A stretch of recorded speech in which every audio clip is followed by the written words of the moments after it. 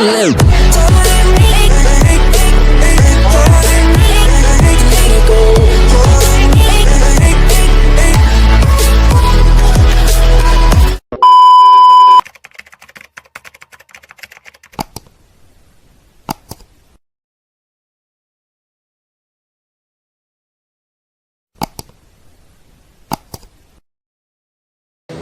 saat kita protes itu kita di mana sih Pak? Dikatakan protes itu sah?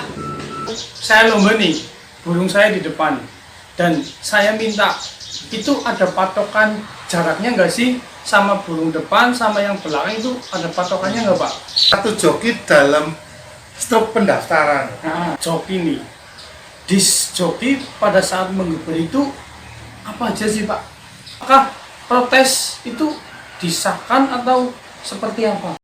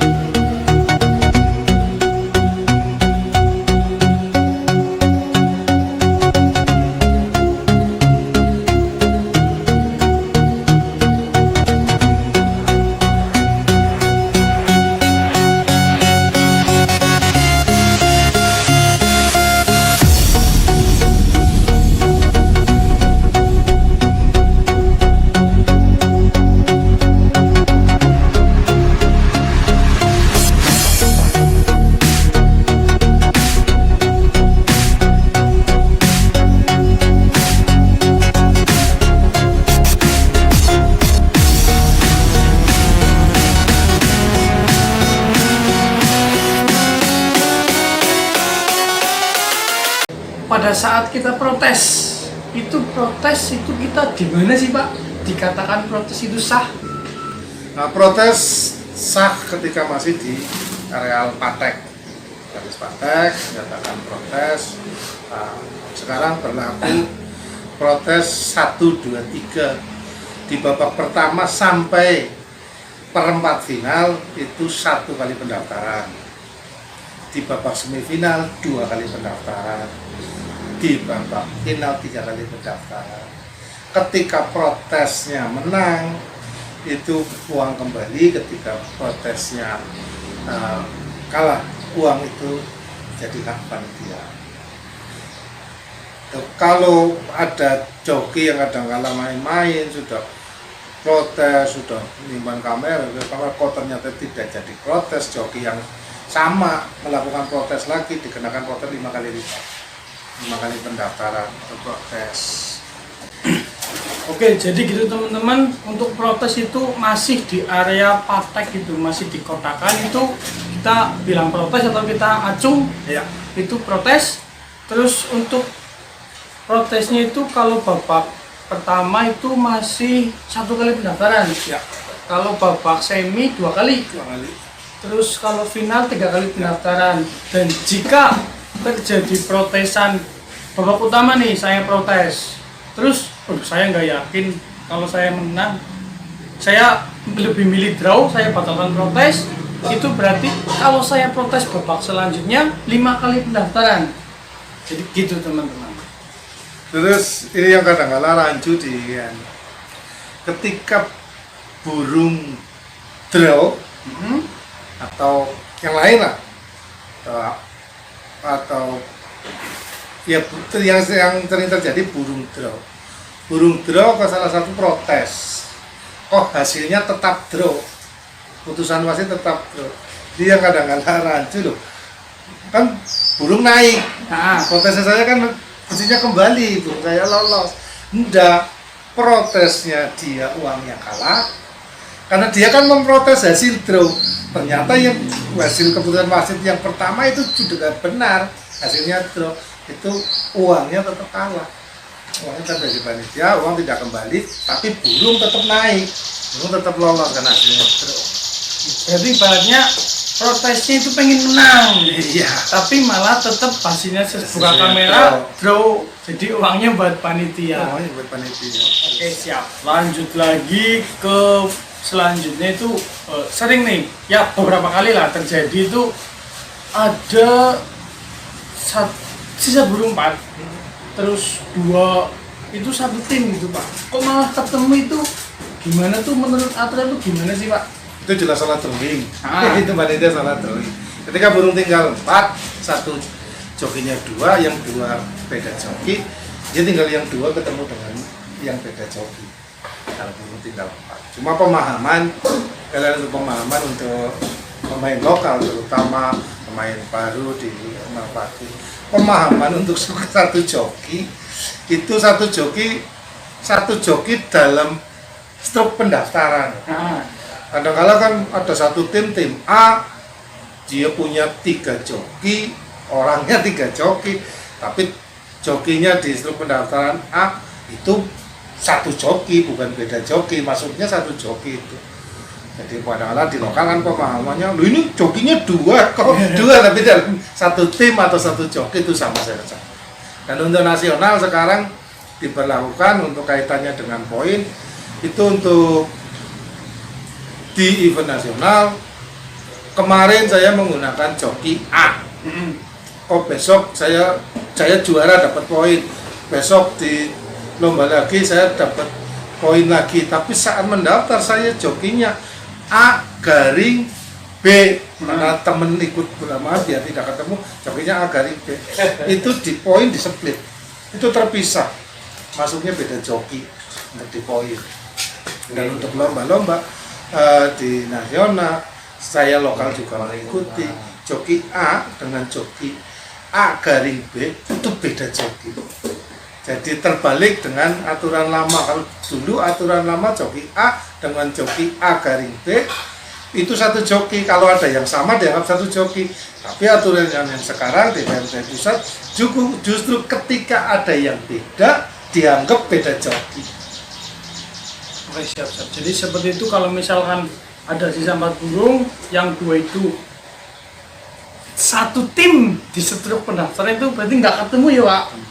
Terus kalau misalkan nih, yang satu timnya A, yang satunya tim A garis miring B, itu apakah akan ketemu atau gimana? Nah, karena itu dianggap beda joki, itu bisa ketemu. Tapi karena dia tim A dan B, dia anggap satu wilayah, jadi tamu atau jadi tuan rumah, dia bisa ketemu setelah di babak ketiga dan selanjutnya. Oke, berarti tim A terus tim A garing B itu bisa ketemu babak 3 dan seterusnya. Oke, jadi seperti itu teman-teman. Terus Pak, kalau misalkan saya lomba nih, burung saya di depan dan saya minta, itu ada patokan jaraknya nggak sih sama burung depan sama yang belakang, itu ada patokannya nggak Pak? Kalau patokan tidak ada, karena siapa yang bisa ngukur, wasit pun nggak bisa ngukur, maunya dikasih jarak 100 meter, jarak 50 meter kan wasit juga tidak bisa mengukur. Cuma wasit penerapannya ketika itu ngobrol-ngobrol dengan pengurus PMTI pusat bahwa ketika burung yang di depan, wasit memperkirakan, ada feeling wasit, burung yang di depan sudah turun, sudah dipatek, burung yang di belakang diperkirakan itu belum manuver, itu berarti jarak yang boleh diminta. Tapi ketika burung yang di depan turun, ini kemungkinan sudah manuver juga, itu burung tidak boleh diminta. Saya menerapkan ke wasit Purbolinggo, ketika terjadi ke burung tidak bisa diminta, burung pendek atau apa, yang di depan dikasih fluid yang agak diselamatkan.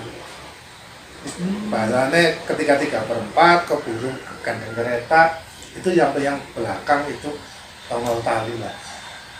Ketika dua orang ini tahu bahwa yang satu itu burung saya, yang burung saya yang di belakang, dia tidak ada peluang untuk nakal. Oke. Kalau misalkan udah diminta nih, kok malah ibaratnya ini turun di belakangnya kayak yang manuver gitu tadi jenengan bilang, itu apakah protes itu disahkan atau seperti apa? Boleh protes disahkan, berarti itu kan prosesnya mintanya terhadap wasit fluid, itu nanti yang mengesahkan, yang mengisi protes itu wasit kanan kiri. Oke, jadi seperti itu teman-teman. Terus kalau untuk selanjutnya nih, pertanyaan selanjutnya itu tentang joki nih. Disc joki pada saat menggeber itu apa aja sih Pak? Satu, memanggil burung sebelum fluid, itu juga masuknya disc. Geber atau mengeluarkan betina sebelum ada fluid, itu juga masuknya disc. Terlalu aktif bergerak juga masuknya disc. Kadang-kadang kan burung jable berdiri, betina di belakang topik burakanya sudah terlalu aktif, wasit dia berhak memberikan disc. Terus misalkan nih kita udah geber, patokan disc betina itu seberapa sih Pak? Di meja, di patek? Ya ketika keluar, contohnya ketika geberan kok keluar dari patek gitu, tapi ketika keluar dari pateknya di atas itu kan menghidupkan burung, iya tidak ada masalah. Tapi ketika terlalu depan, terlalu samping, wasit kan bisa menilai geberan-geberan yang sekiranya nakal. Ini geberan jelas di samping dan jelas yang digeber itu bukan burungnya, itu kan wasit kan bisa menilai. Oke, kalau misalkan nih saya geber, ini meja, saya gebernya rata sama meja cuma di samping, itu dianggap dis atau sah? Kalau masih rata dengan patek, itu tidak keluar yang ekstrim, masih dianggap sah. Ini saya sepengetahuan saya, nanti jenengan pun karena ada jenengan dekat dengan wasit nasional, kapan bisa di-sharing nggak? Siap. Yang lain. Katanya saya sih di lapangan ketika joki geber kok masih di patek dan tidak ada terlihat oleh wasit, tidak ada indikasi nakal, ya mau sah-sah saja. Jadi seperti itu teman-teman, untuk dis memanggil, terus dis terlalu aktif pada saat sebelum fluid, dan dis meja itu seperti itu. Terus untuk selanjutnya nih, kadang nih misal saya lomba di Purbalingga, terus burung saya ketemu sama tim tamu juga. Nah itu menurut aturan tuh ada nggak sih burung tamu sama tuan rumah ketemu babak berapa sampai babak berapa, terus di drawing kocok full itu babak berapa sampai babak berapa itu Pak? Masih dipisah. Kalau sebenarnya dasar kenapa burung kok dipisah tuan rumah dan tamu, kalau dulu mulai berubah sih tahun berapa saya juga agak lupa. Kalau dulu sampai final itu Jawa Barat sama Jawa Tengah selalu dipisah. Oke. Kesini sudah mulai di babak awal pun yang bisa ketemu dan baku aturannya.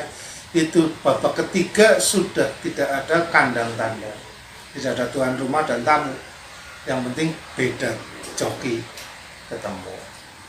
Nah, ketika kok prakteknya, saya lomba di Purbolinggo, saya di kloter terakhir, kok saya ketemu dengan Sokaraja ketemu dengan Purwokerto, ini tamu duanya kok ketemu. Ya ketika lomba kan kita tidak bisa, lokalnya harus 100, tamunya harus 100, ketika sisanya lokal ketemu lokal, ketika sisanya ya ketemu, tapi bagian drawing memperkirakan ya tidak terus yang terakhir Sokaraja ketemu Sokaraja, masih ada Purwokerto, masih ada Banjarnegara, ya bisa ditemukan dengan yang lain walaupun sama-sama tamu. Jadi seperti itu teman-teman, kalau menurut di aturan itu babak ketiga burung tuan rumah, burung semuanya itu di drawing ya Pak. Oke. Selanjutnya nih Pak, jika pada saat perlombaan burung depan tuh nggak terpantau, berarti kan masuk. Nah burung belakang itu apakah harus masuk sempurna atau seperti apa Pak? Aturan sekarang burung depan terpantau, burung belakang terpantau tetap harus sempurna, harus kolong dan meja, itu baru dikatakan bisa lolos dua-duanya. Yang depan otomatis lolos, yang tidak terpantau, yang belakang jika terpantau itu harus sempurna. Jika tidak sempurna, dia juga yang kalah atau dis. Oke, selanjutnya nih, misalkan nih burung gandeng kereta atau misalkan burung gandeng, cuman yang turun tuh cuma satu. Nah, turun cuma satu, misal warnanya gambir sama kritis, ini kan beda. Nah, apakah joki sebelah tetap boleh geber atau ini bukan burung saya, ya udahlah nggak apa-apa. Itu ada aturannya nggak Pak? Seperti itu? Ya sebenarnya ketika kita yang namanya permainan dibikin aturan baku juga. Kemarin juga perdebatan ketika Rakernas di Tasik antara wasit dengan pengurus PMTI, bahwa karena wasit memperkirakan menganggap burung yang satu, burung dua, turun satu, yang satu kelewat. Kalau wasit menganggap burung yang satu kan masih hidup, jadi dia masih berhak ya. Walaupun jelas-jelas tahu, karena rancu sekali ketika joki burung sedang turun dengan warna yang mungkin hampir sama, kalau berbeda punya pandangan mata susah menentukan, biasanya tetap berusaha ikut ngepek, kalau yang turun itu burungnya sendiri, itu biasanya tetap ikut ngepek. Ya, kalau saya sih berpendapat ya seperti wasit kemarin yang ngobrol-ngobrol dengan saya, bahwa ya kalau burung itu masih hidup masih boleh ngepek. Itu memang kemarin masih sedikit peraturan. Dengan saya rekomendasikan coba nanti tanya ke lowong-lowong itu yang agak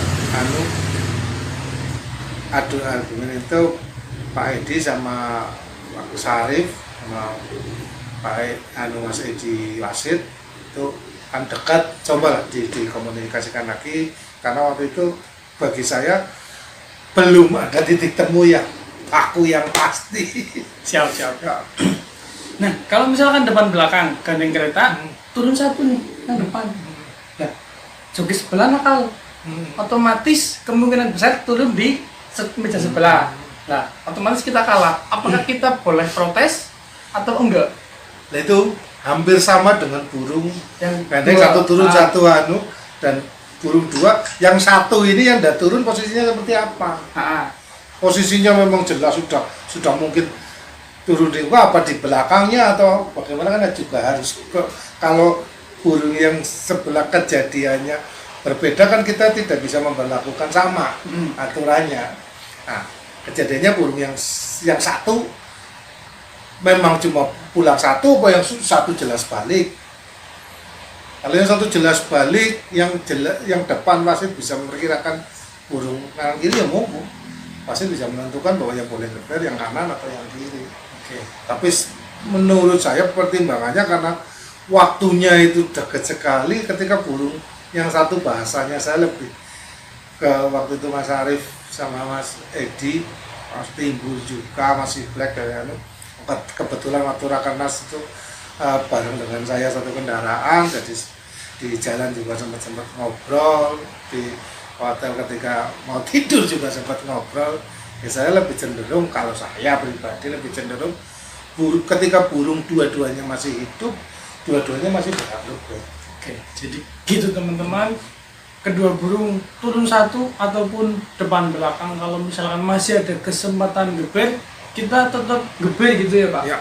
Walaupun itu burung lawan atau apapun itu, ya kita geber aja. Ibaratnya kita geber burung sendiri gitu ya Pak. Terus misalkan turun kok mengenai joki lawan burungnya, itu apakah dis atau sah? Mengenai joki lawan, ketika mengenai joki lawan kadang kena wasit atau kena pemantau, selama tidak ada jeda, tidak berhenti, ada jeda, itu masih dianggap sah. Kalau cuma bahasanya Jawanya nyenggol lah, masih dianggap. Tapi kalau jeda sudah tidak sah. Oke, jadi gitu teman-teman. Kalau misalkan menyentuh lawan atau menyentuh wasit itu cuman driwik gitu ya Pak, cuman driwik itu masih sah. Jadi kita tetap boleh melepas betina teman-teman. Oke, selanjutnya itu pernah terjadi itu burung final nih Pak. Burung final, burung yang depan itu nggak masuk. Nah, burung yang belakang itu belum pulang. Nah, belum pulang tersebut, apakah ada waktu untuk menunggu burung tersebut sampai yang juara itu siapa? Itu gimana Pak? Dulu pernah kejadian saya di Kali Cupak. Waktu itu.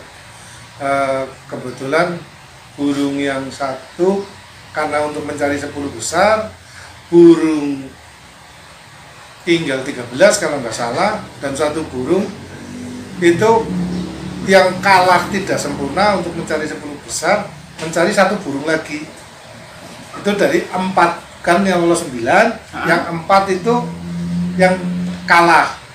Kalau nggak salah itu 4 atau berapa yang kalah lah. Yang lolos itu 9 ada.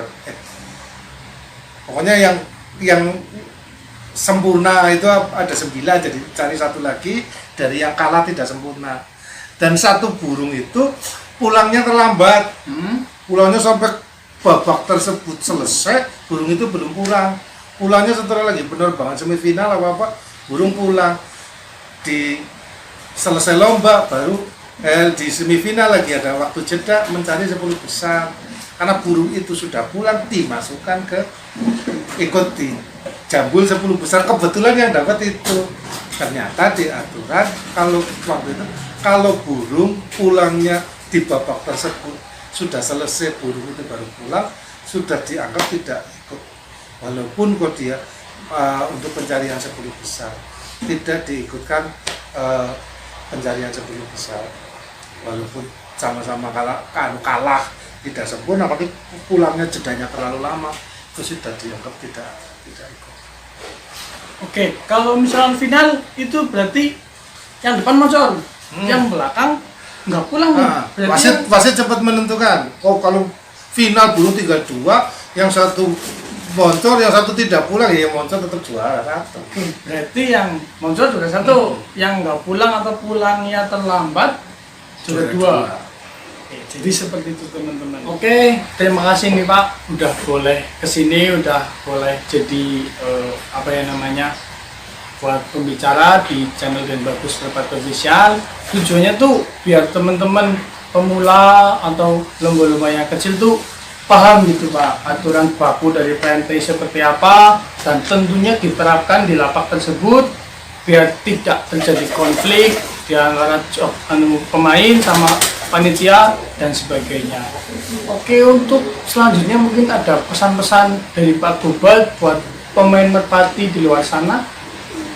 Oke, terima kasih.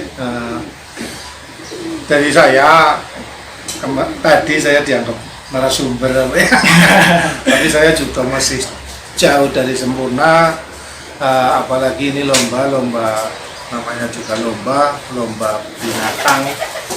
Di tempat terbuka selalu ada kejadian-kejadian yang mungkin tidak tercover di aturan PMTI yang terbaru.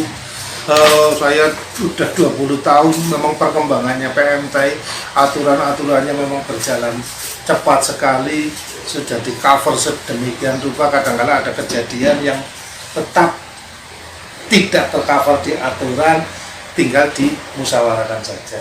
Yang penting mungkin pengurus Pemcap atau PMTI nasional atau panitia di event lokal tidak ada itikat untuk membela salah satu. Yang jelas membela yang kaitannya dengan aturan yang memang sesuai aturan itu benar.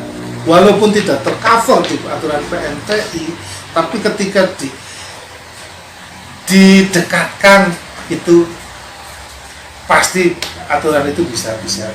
Kalau toh seandainya tidak ada aturan yang saya di tingkat Pemcap juga kadang-kadang karena pemahaman terhadap aturan PMTI ini mungkin ada yang tidak jelas atau penelaannya atau yang berbeda, kadang saya menggunakan aturan tambahan di Purbalingga.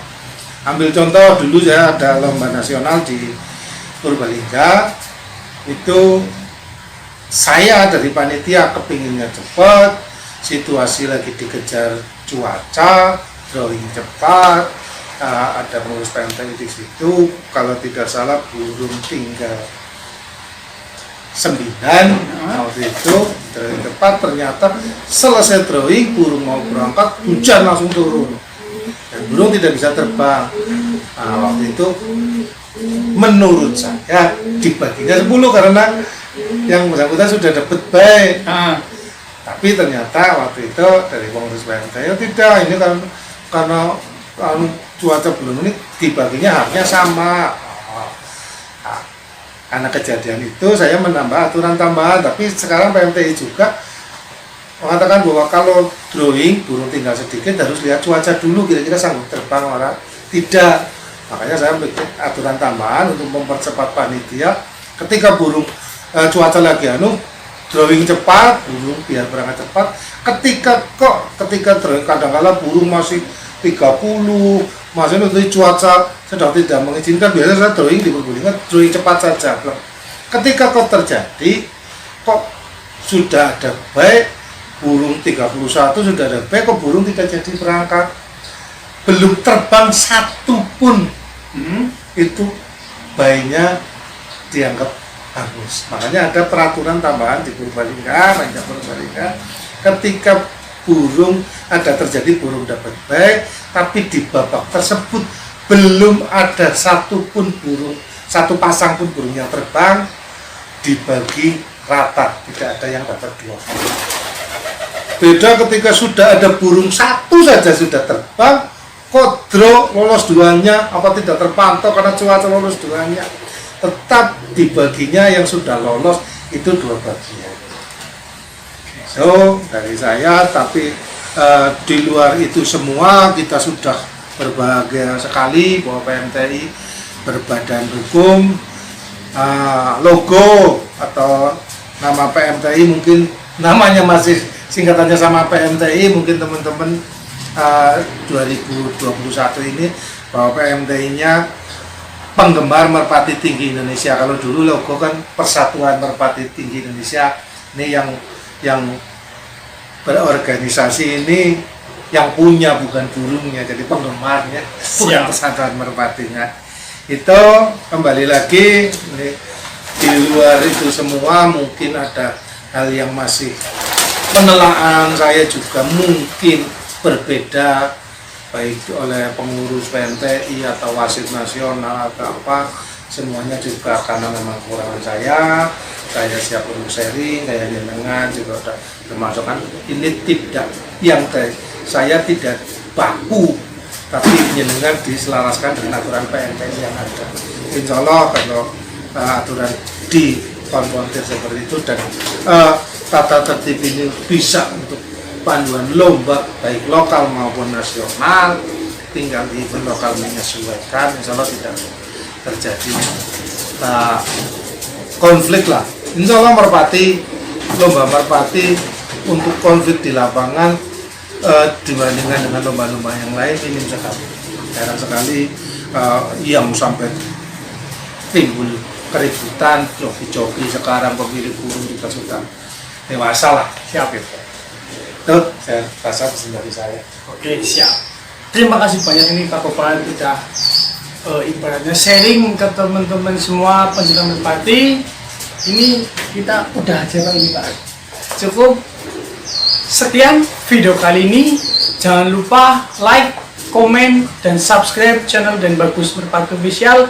Dan jangan lupa bahagia. Bye-bye. Udah terbukti nih dari Farfa tuh udah banyak nih teman-teman. Ada contoh yang saya contohkan beberapa itu dari Purwokerto itu ada Mbah Ratno, Perwira, terus ada kalau Purbalingga ada Reza Kambing dan M505 dan banyak lagi ya Pak. Tentunya Pak Gopal sendiri nih udah membuktikan kehebatan dari Farfa nih. Kapan nih teman-teman coba nanti bisa hubungi Pak Gopal atau langsung ke Mas Edwina gitu ya Pak? Oke siap. Banjar juga ada itu kecil sedikit. Oke berarti ibaratnya kalau untuk di Jawa Tengah udah banyak gitu ya Mas? Sebenarnya banyak, cuma kadang kayak kita nggak tahu mereka pakai punya produk kita nggak gitu, karena kan nggak langsung hubungi saya atau Pak Gopal, ya mereka kan beli ke seller-seller yang di bawahnya lagi gitu, jadi kita juga bisa memantau Berarti mungkin kalau apa aja yang dia pakai. kalau misalnya saya beli nih, saya mau beli, saya bisa ke Pak Gopal, Bisa. Mas Edwin, Iya. selainnya ke seller-sellernya. Seller-sellernya banyak lagi. Oke, banyak teman-teman. Harganya sama semua, beli ke saya sama, ke Pak Gopal sama, Dari saya juga sama. semuanya sama. Oke. Nggak ada perbedaan harga. Oke, manfaatnya untuk burung tetap fit, tetap in di top performnya, terus untuk nelurnya juga rutin, kerjanya maksimal, banyak manfaatnya dari Farfa. Oke, bagi yang belum coba nih kehebatan atau keampuhan dari jamu Farfa Herbal Energy, nanti bisa hubungi Pak Gopal nih. Soalnya udah banyak nih yang membuktikan jamu Farfa biar burungnya juara atau podium ya Pak. Udah banyak nih. Teman-teman bisa nanti hubungin Pak Gopal, nanti nomornya cantumin di deskripsi di YouTube. Oke, sekian video kali ini. Stay tune terus di channel ini. Jangan lupa like, komen, dan subscribe channel Dan Bagus Merpati Official. Dan jangan lupa Jangan lupa bahagia. bahagia. Bye bye.